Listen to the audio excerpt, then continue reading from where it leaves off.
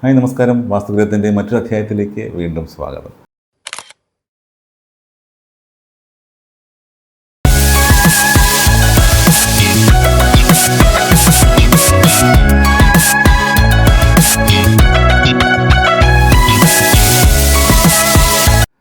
ഇന്നത്തെ വാസ്തുഗ്രഹത്തിൽ ഞാൻ ചർച്ച ചെയ്യാൻ ഇതിനു മുമ്പ് നമ്മളൊരു വീഡിയോയിൽ പറഞ്ഞിട്ടുള്ളൊരു കാര്യമാണ്. എങ്ങനെ പറഞ്ഞു പോയിട്ടുണ്ട്, പക്ഷേ അത് കുറച്ച് ഡീറ്റെയിൽ ആയിട്ട് പറയണമെന്ന് തോന്നിയതൊരു കാര്യമാണ് ഞാനിപ്പോൾ പറയാൻ ഉദ്ദേശിക്കുന്നത്. ഈ ജിയോപതിക് സ്ട്രെസ് എന്ന് പറയുന്നത്. അപ്പോൾ ഈ സാധാരണ വീടുകളിരിക്കുന്ന സ്ഥലത്ത് ഈ വരവ് പോക്കെന്നൊക്കെ പറഞ്ഞിട്ട് പറയാറുണ്ട്. വരവ് പോക്കെന്ന് പറഞ്ഞാൽ ഈ ദൈവത്തിൻ്റെ എനർജി ഇങ്ങനെ പാസ് ചെയ്ത് പോകുന്നു എന്നൊക്കെ പറഞ്ഞിട്ട് ചില കാര്യങ്ങളുണ്ട്. അപ്പോൾ അതിനകത്ത് അതിൽ ഡീപ്പ് ലെവലിൽ ഞാൻ പോകുന്നില്ല. അതിനൊരുപാട് അത് ചർച്ച ചെയ്ത് കഴിഞ്ഞാൽ ഒരു ദിവസം മൊത്തം സംസാരിച്ചാലും തീരാത്ത വിഷയങ്ങളാണ്. പക്ഷേ ഇവിടെ ഞാനൊരു വാസ്തു പ്രതിഭാസം, ഒരു പാശ്ചാത്യ കണ്ടുപിടുത്തമെന്ന് വേണമെങ്കിൽ പറയാം. പക്ഷേ സയൻറ്റിഫിക്കലി വളരെ അംഗീകരിക്കപ്പെട്ടിട്ടുള്ളതൊന്നുമല്ല.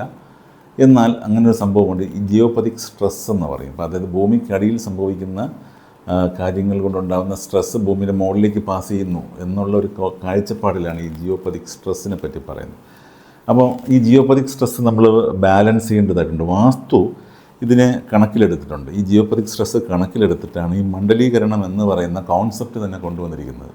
ജിയോപതിക് സ്ട്രെസ്സിന് കൃത്യമായിട്ട് ബാലൻസ് ചെയ്യുന്ന രീതി, ജിയോപതിക് സ്ട്രെസ്സ് കുറയ്ക്കുന്ന രീതിയിൽ നമ്മൾ ബാലൻസ് ചെയ്യണമെന്നുണ്ടെങ്കിൽ രണ്ട് കാര്യങ്ങൾ നമ്മൾ മനസ്സിലാക്കണം. ഒന്ന്, ഈസ്റ്റ് ഡയറക്ഷനിൽ നിന്നാണ് നമ്മുടെ പ്രാണിക് എനർജി ഫ്ലോ ചെയ്യുന്നത്. പ്രാണിക് എനർജി എന്ന് പറയുന്നത് പ്രാണ ഊർജ്ജം ഈസ്റ്റ് ഡയറക്ഷനിൽ നിന്ന് വരുമ്പോൾ, ജൈവ ഊർജ്ജം എന്ന് പറയുന്നത് നോർത്ത് ഡയറക്ഷന് ജൈവിക് എനർജി എന്ന് നമ്മൾ പറയും. ഈ രണ്ട് എനർജിയും തമ്മിൽ കൃത്യമായിട്ട് ബാലൻസ് ചെയ്യണം. ശരിക്കും പറഞ്ഞാൽ നമ്മുടെ ബ്രഹ്മസൂത്രവും യമസൂത്രത്തിൻ്റെയും നീളങ്ങൾ തമ്മിൽ വലിയ വ്യത്യാസങ്ങളില്ലാതെ നിന്നാൽ മാത്രമേ അതൊരു ബാലൻസ് കൃത്യമായിട്ട് ഉണ്ടാവുകയുള്ളൂ. അപ്പം നമുക്കിപ്പോൾ ഒന്നുകിൽ നീളം വാക്കിന് അല്ലെങ്കിൽ വീതി വാക്കിനാണ് നമ്മൾ വീടുകളിൽ ചെയ്യുന്നത്. അപ്പോൾ അതുകൊണ്ട് ഇത് നമുക്കൊരു പരിധി വരെ നമ്മൾ മണ്ഡലീകരണത്തിൽ ശ്രദ്ധിച്ചുകൊണ്ട് ഇതിന് ഒരു വലിയ ഡിഫറൻസ് ഇല്ലാത്ത, അപ്പോൾ അതുകൊണ്ടാണ് വാസ്തു എപ്പോഴും ഈ പാദാധികം അർത്ഥാധികം എന്നുള്ള കണക്കുകളിൽ, സമതതം പാദാധികം അർത്ഥാധികം എന്നുള്ള കണക്കുകളിൽ കൊണ്ട് വീടിനെ നിർത്തുന്നത്. അതുകൊണ്ടാണ്. കാര്യം എന്ന് വെച്ചാൽ ലെങ്തും ബ്രെഡ്ത്തും തമ്മിലുള്ള റേഷ്യോ എപ്പോഴും ഈ പറഞ്ഞ 1.5 to 1.5 നിർത്തിക്കൊണ്ട്, ചിലപ്പോൾ 1.75 വരെ നമുക്ക് എടുക്കാൻ പറയുന്നുണ്ട്. പക്ഷേ 1 to 1.5 നിർത്തിക്കൊണ്ട് പാദോന്നം എന്ന അവസ്ഥ വരരുതെന്ന് പറയുന്നത്.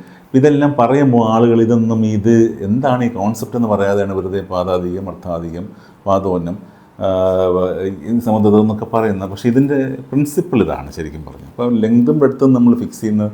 അപ്പോൾ അതുകൊണ്ടാണ് എനിക്ക് തോന്നുന്നത് നോർത്ത് ഇന്ത്യയിലൊക്കെ കൂടുതലും L/B റേഷ്യോയാണ് കൂടുതൽ അവർ പ്രാക്ടീസ് ചെയ്യാൻ ഉദ്ദേശിക്കുന്നത്. അത് ലെങ്ത് ടു ബ്രെഡ്ത്ത് റേഷ്യോ കൃത്യമായിട്ട് മെയിൻറ്റെയിൻ ചെയ്യുന്ന രീതിയിലാണ് അവർ കണക്കുകൾ കൂടുതൽ.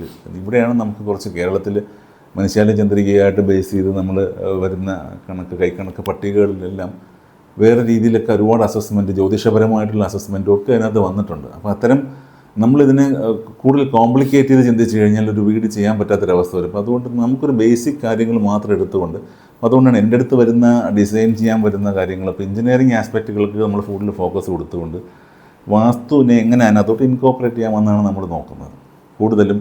അല്ലാതെ നമുക്കൊരു വാസ്തു ഡോമിനേഷനിലൊരു പ്രോജക്റ്റിൻ്റെ ഫീസിബിലിറ്റി മൊത്തം കുറയ്ക്കുക എന്നുള്ളൊരവസ്ഥയിലേക്ക് ഞാനൊരിക്കലും കൊണ്ടുപോകാറില്ലായിരുന്നു. ഇത് കൃത്യമായി നമ്മൾ അറിഞ്ഞു കഴിഞ്ഞാൽ അത് എവിടെ എന്ത് കൃത്യമായിട്ട് ആവശ്യത്തെ പ്രയോഗിക്കണം എന്നുള്ളൊരു കാര്യം നമുക്കറിയാൻ പറ്റും. ആ ഒരു കാഴ്ചപ്പാടിൽ നമ്മൾ നോക്കിക്കാണുമ്പോൾ ഈ പറഞ്ഞ നമ്മൾ ജിയോപതിക് സ്ട്രെസ്സ് എന്ന് പറയുന്ന ഫാക്ടറിനെ കൺട്രോൾ ചെയ്യാൻ വേണ്ടിയിട്ടാണ് ഈ ലെങ്തും ബ്രെഡ്ത്തും റേഷ്യോ ഈ പറഞ്ഞൊരു, ഞാൻ ഈ പറഞ്ഞില്ലേ നേരത്തെ പറഞ്ഞതുപോലത്തെ ഒരു ലിമിറ്റിനകത്ത് നിർത്തിക്കൊണ്ട് ചെയ്യണമെന്ന് പറയുന്നത്. അപ്പോൾ ഈ രണ്ട് എനർജിയും ബാലൻസ് ചെയ്ത് തന്നെ ഇതിനകത്ത് ഫ്ലോ ചെയ്യണം. അതായത് പ്രാണിക ഊർജ്ജവും പ്രാണ ഊർജ്ജവും ജൈവ ഊർജ്ജവും രണ്ടും ഒരേപോലെ ബാലൻസ് ചെയ്ത് പോകണമെന്നാണ് വാസ്തു പറയുന്നത്. ഇത്രയും പറഞ്ഞുകൊണ്ട് ഈ വീഡിയോ അവസാനിപ്പിക്കുകയാണ്. മറ്റൊരു നല്ല വീഡിയോയുമായി നിങ്ങൾ മുന്നിൽ എത്തുന്നത് വരെ നന്ദി, നമസ്കാരം.